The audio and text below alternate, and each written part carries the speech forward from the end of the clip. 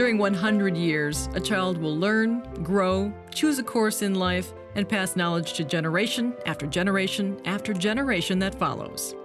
In the same 100 years, an institution can support every step of that child's path to maturity. That has been the role and the history of the University of Minnesota's College of Education and Human Development. As Minnesota has evolved from a frontier outpost to a leader in education, the college and its precursors have given teachers and school personnel access to the most sophisticated research, training, and support. Using slates and screens, analyses and experiences, investigations and understanding, the college has affected lives in countless ways.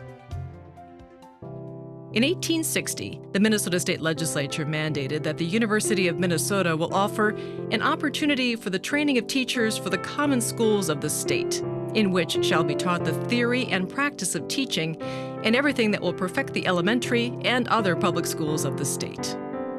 Maria Sanford, one of the first women in American education to rise to the rank of professor, presented the first lectures on the art and theory of teaching ever offered at the university.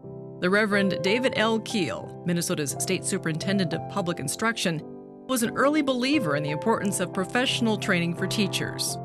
Many of his colleagues, however, considered his notions unrealistic, and Keel was dismissed from his position in 1902.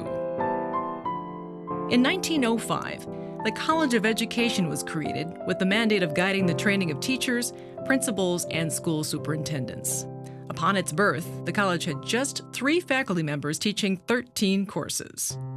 2 years later, the college opened a model laboratory school on Beacon Street, a hands-on workplace for teachers in training. In one of his first acts as dean in 1915, Lotus Delta Kaufman lent his support to the university's Bureau of Cooperative Research, an effort to gather data from schools across Minnesota and to apply the information to the study of educational problems. Florence L. Goodenough was a founding instructor in the Institute of Child Development. She gained renown as an expert in the psychology of gifted children. Her Draw a Man test, developed in 1926, was used for decades to measure intelligence in preschoolers and older children. Among her many distinguished students was Ruth Howard, the first African-American woman to receive a PhD in psychology.